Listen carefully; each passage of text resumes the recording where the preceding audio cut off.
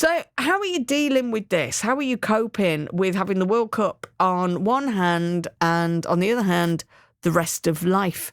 Let me know, please, and the times you have managed to cope with a lack of sleep. I'm not a doctor, but I do like practical advice. That's why we call in somebody else. Dr Lindsay Browning is a sleep expert. Hello to you, Dr Lindsay. By the way, are you a football fan? Hello. I am, and I was up last night watching it, and it was very exciting. It was amazing. It was a great match. It was. You sound far more measured than the emotional jellyfish that I am today. So congratulations. That's why you're a doctor and I am not. Horses and courses. Now, today already feels tough. I've got to do the show and lots of other bits and bobs. And then I've got an hour and a half in a soft play before I have to get the house ready for our family who start arriving tomorrow. So it's going to be one of those days.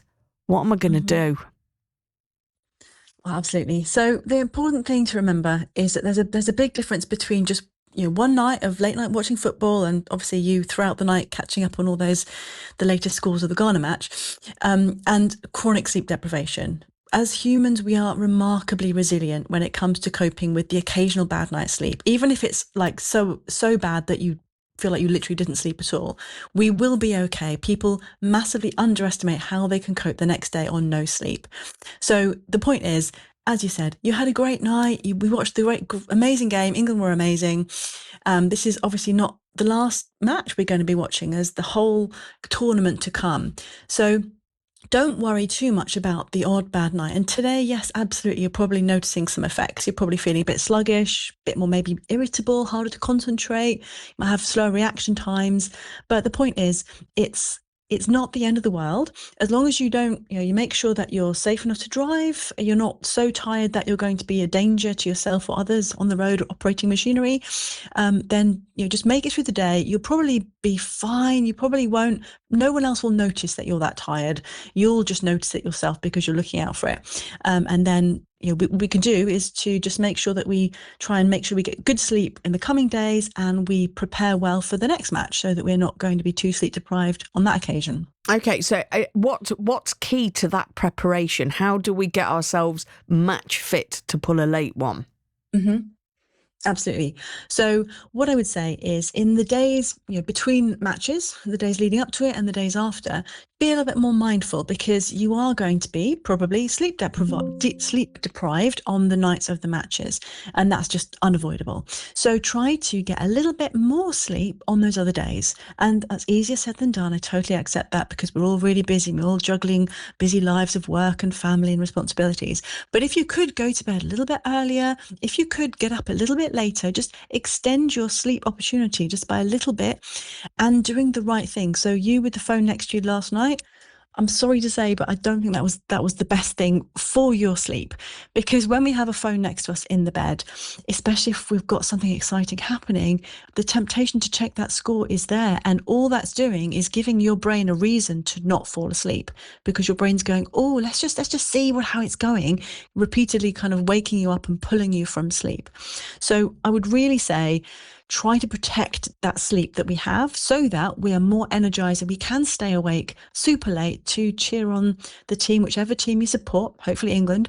But so we'll be awake and able to do that without having sleep deprivation moving forwards. And you could always have a nap as well and the next day. So today you said you've got a really busy thing coming up.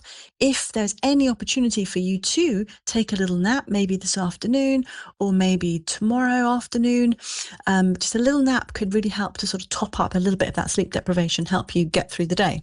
Oh, Dr. Lindsay, I've got a 5-year-old about to turn 6. There is no sleep happening in my house at the moment, number one. But number two, actually, this sounds a little bit like, is there like a sleep savings account where you make extra deposits so you can make those withdrawals? So if you sort of top up on sleep to get a little bit in the bank, if you make a withdrawal with a late night, that's kind of a checks and balances thing.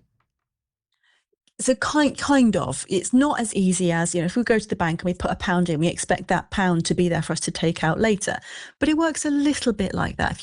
If you bank some sleep in advance. It just puts you in a better place so that you have some buffer to have some sleep deprivation.